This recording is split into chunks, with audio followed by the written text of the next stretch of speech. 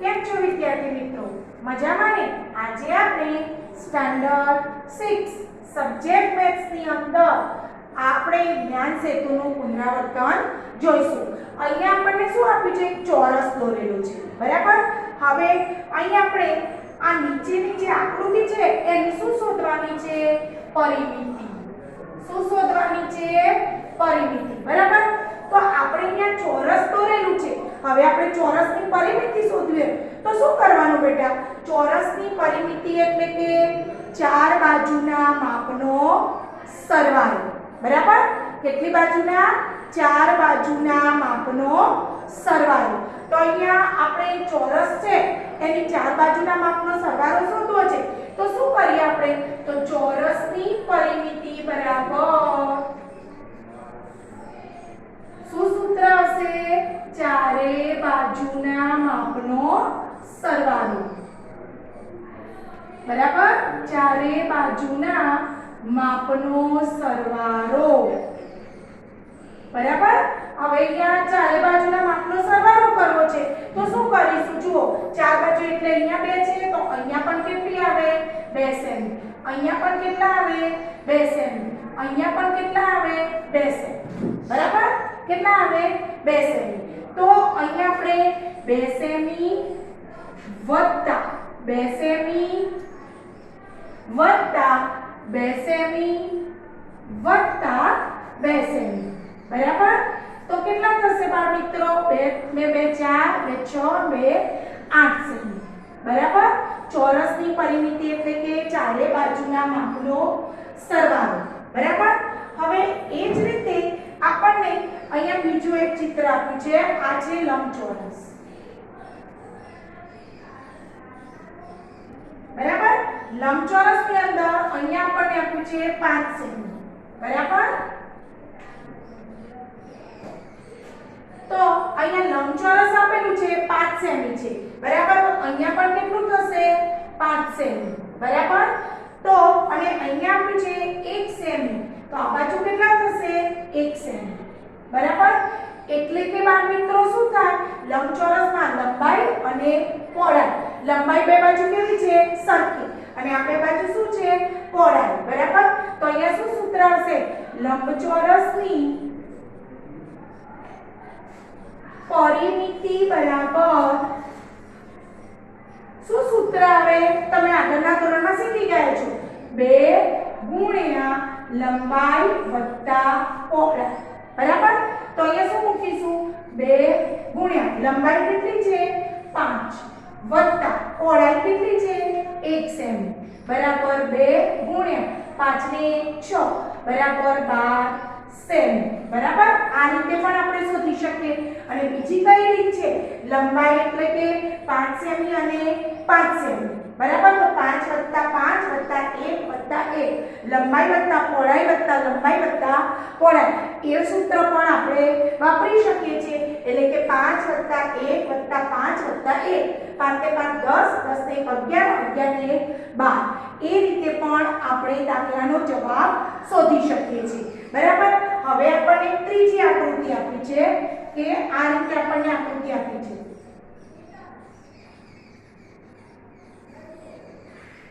બરાબર?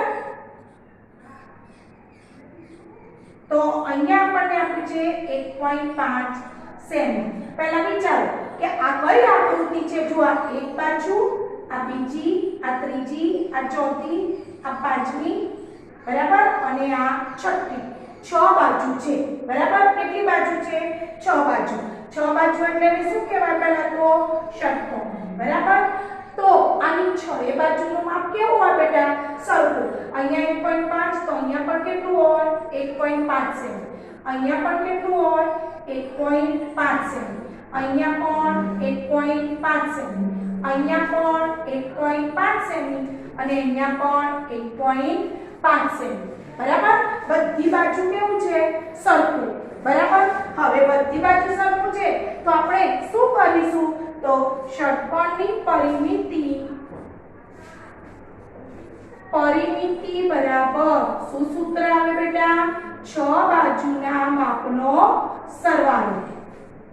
બાજુના માપનો સરવાળો હવે આપણે જોઈએ કે 6 બાજુ કઈ ગઈ છે 1.5 મુજબ આ 1 2 3 4 5 6 બરાબર તમે આ રીતે પણ કરી શકો 6 ગુણ્યા 1.5 બરાબર આ રીતે પણ તમારો જવાબ સાચો જ આવે તો આપણે આ દશાંશ ચિહ્ન દૂર કરીએ તો 6 ગુણ્યા 15/10 બરાબર તો અહીંયા શું આવે 6 પંચા 15 6 પહેલા 15 ગુણ્યા 6 કરીએ 15 6 6 પંચા 30 6 એકા 3 9 15 6 90 90/10 આ રીતે પૂરી ગયા તો કેટલા આવે બેટા 9 સેમી બરાબર કેટલા આવે 9 સેમી બરાબર હવે એ જ રીતે આપણે બીજા પણ કેટલાક દાખલા જોઈએ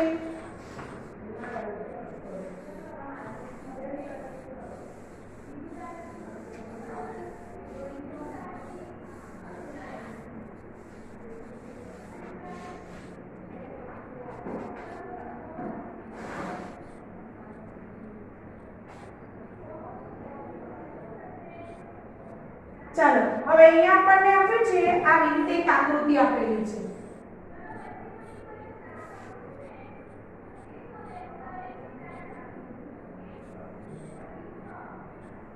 બરાબર અહીંયા આપણને આપી છે આ લંબાઈ અહીંયા શું છે પંચકોણ બરાબર અહીંયા છે 1 સેમી અહીંયા છે 1 સેમી બરાબર અહીંયા છે 3 સેમી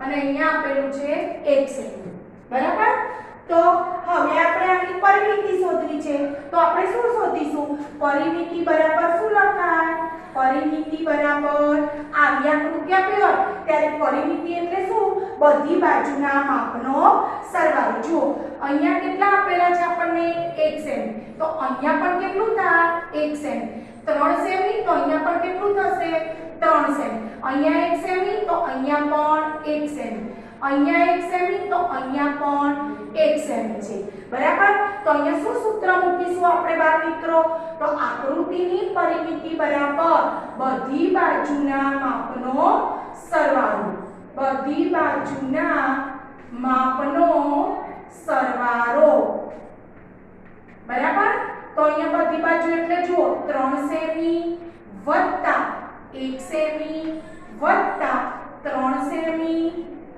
વત્તા 1 સેમી વત્તા 1 સેમી વત્તા 1 સેમી બરાબર વત્તા આ બાજુ 1 સેમી વત્તા 1 સેમી બરાબર આ બધાનો આપણે શું કરવો પડે સરવાળો જુઓ 3 આ 3 1 2 3 4 5 6 વાર 1 સેમી છે 1 2 3 4 5 બરાબર અહીંયા આ 1 આ 2 આ 3 આ 4 5 અને 1 2 6 સેમી 1 સેમી બરાબર કારણ કે આપણે બધી બાજુનું આપણે માપ શોધવાનું છે તો અહીંયા 3 સેમી હોય તો નીચે પણ કેટલા હોય 3 અહીંયા 1 છે તો અહીંયા પણ કેટલા હોય 1 અહીંયા 1 તો અહીંયા પણ 1 અહીંયા 1 તો અહીંયા પણ 1 સેમી છે બરાબર તો કેટલા સેમી થાય 3 ને 3 6 6 ને 1 7 3 3 6 ને 1 7 બરાબર 8 9 10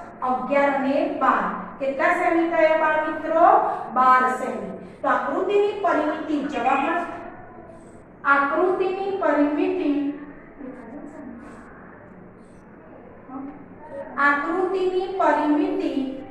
કેટલી થશે બેટા 12 સેમી બરાબર હવે આ રીતે તમે જુદી જુદી આકૃતિઓ દ્વારા તેની પરિમિતિ શોધી શકો છો બરાબર હવે 5 રૂપિયાની નોટ છે એની પરિમિતિ કેટલી થાય તો એ તમારે માપવી પડે એની લંબાઈ માપો એની પહોળાઈ માપો બરાબર તો 5 રૂપિયાની નોટની પરિમિતિ બરાબર લંબાઈ વત્તા પહોળાઈ વત્તા લંબાઈ વત્તા પહોળાઈ બરાબર એ રીતે આપણે પરિમિતિ શોધીએ છીએ બરાબર હવે તમે પ્રકરણ 4 ની અંદર પણ શીખી ગયા છો તમારું 5મા ધોરણનું પ્રકરણ 4 બરાબર આ પ્રકરણ 3 ની અંદર આ રીતે આપણે પરિમિતિ શોધવાના દાખલા શીખી ગયા છે હવે તમારે પ્રકરણ 4 ની અંદર ઘાત અને પૂર્ણાંક હતું બરાબર તો એની અંદર પણ આપણે આપણને એવું આપેલું હોય કે અહીંયા એક વસ્તુ છે બરાબર,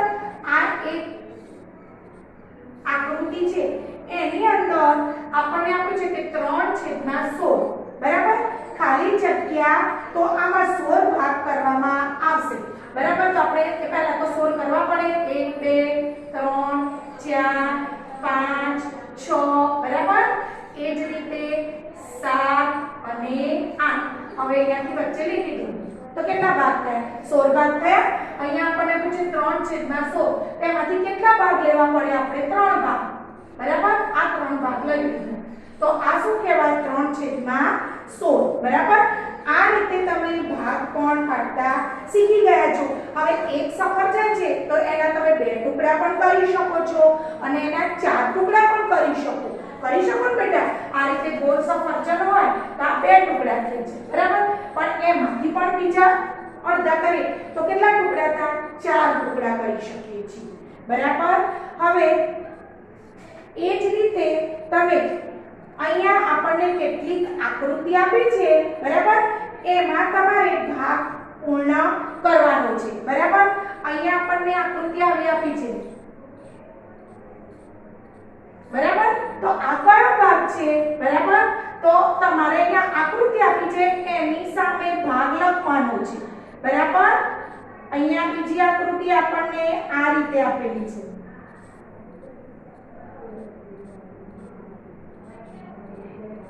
બરાબર, આ રીતે આપેલી છે. હવે ત્રીજી આકૃતિ દોરી આપણે, આ એક, આ 2, હવે આ ત્રીજી દોરી બરાબર. ત્રીજી આકૃતિ આપણને આ રીતે આપેલી છે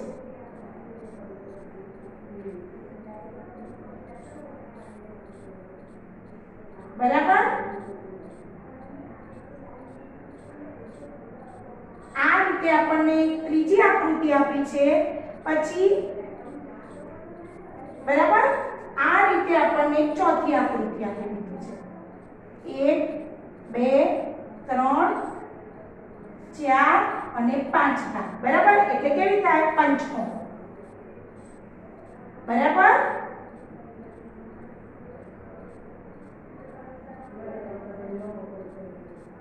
આ રીતે આપણને આકૃતિઓ આપેલી છે. હવે આપણે આને શું દર્શાવવાના છે? ભાગ. તો પહેલી આકૃતિ આપણને કયો ભાગ બતાવે છે બેટા? તમે વિચારો કે પહેલી આકૃતિ છે એ કોઈ ભાગ બતાવે છે. એ કેવી છે? ત્રિકોણ બરાબર. તો ત્રિકોણ છે તો એના કેટલા ભાગ થઈ શકે એ વિચારો તમે બી બરાબર. હવે તો ત્રિકોણ છે તો આપણે આને કેટલા ભાગમાં વહેંચી શકીએ? જુઓ તમે આમ દોરી શકો તો આને કેટલા કહેવાય? 1/2 બરાબર. આ રીતે હોય તો આપણે શું વિચારીએ? 1/2 એટલે કે એક વસ્તુ હતી એને આપણે 2 સરખા ભાગ કર્યા. હવે આ આકૃતિમાં 1 2 ને 3 બરાબર કેટલા છે? જોડવાનું કોણે છે? આપણે ષટકોણ આપેલું છે, ષટકોણ આપેલા છે તેના 6 ભાગને ઓળખીને વિકલ્પ પસંદ કરો. આ કેટલા ભાગ છે? 1 2 ને 3 બરાબર. તો આને આપણે શું લખીએ? આ એક ષટકોણ છે આપણી પાસે આ રીતે 3 4 આ 5 બરાબર, આ 6 ભાગ એટલે ષટકોણ બરાબર.